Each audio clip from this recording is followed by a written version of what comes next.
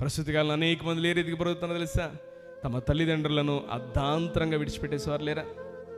ఎంతమంది లేరు చెప్పండి? అనేక మంది తమ స్వప్రయోజనాల కోసం, అనేక మంది తమ సొంత ఉద్దేశాల కోసం, తమ లైఫ్ని ఏదో డిఫరెంట్గా లీడ్ చేయాలి అని అనేక మంది ప్రస్తుత కాలంలో తల్లిదండ్రులు ఏం చేస్తున్నారు తెలుసా? వృద్ధాశ్రమం పడేస్తూ ఉన్నారు.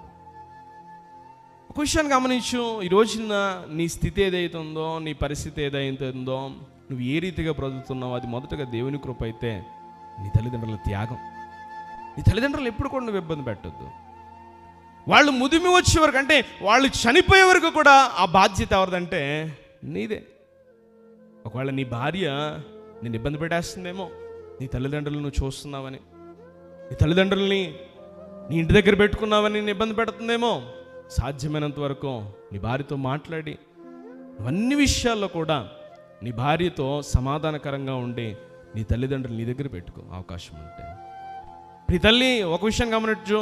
ఈరోజు నువ్వు కోడలుగా ఉన్నావు, ఒక రోజున నువ్వు కూడా ఏమవుతావు తెలుసా? అత్తగారు అవుతావు. బహు జాగ్రత్త. ఏ అత్తగారుగా ఉన్నావో రేపొద్దు నీ కోళ్ళు వచ్చి నీ అత్తమామలు నువ్వు ఏం చేసావో అదే చేస్తుంది. ఇప్పుడు వయసు ఉంది కాబట్టి అప్పుడు ఏముందిలే, అప్పుడు చచ్చిపోతాను కదా అనుకుంటున్నావు. ఏమో దేవుడు ఉద్దేశం ఎలా ఉందో తెలియదు కదా.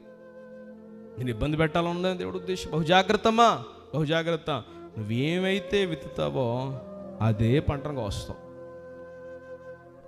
నీ అత్తగారికి మామగారికి ముద్ద అన్నం పెట్టలేని స్థితిలో ఉన్నావేమో, బహు జాగ్రత్త.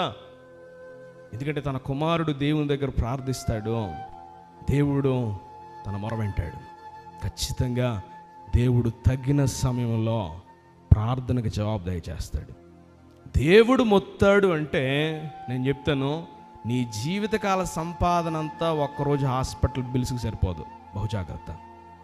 నువ్వు జీవితాంతం సంపాదిస్తావు అన్నీ పోగేసుకుని, దేవుడు ఒక్కసారి మొత్తాడా, నువ్వెంత సంపాదించావు అంతా కూడా ఒక్కరోజు హాస్పిటల్ బిల్స్ సరిపోదు.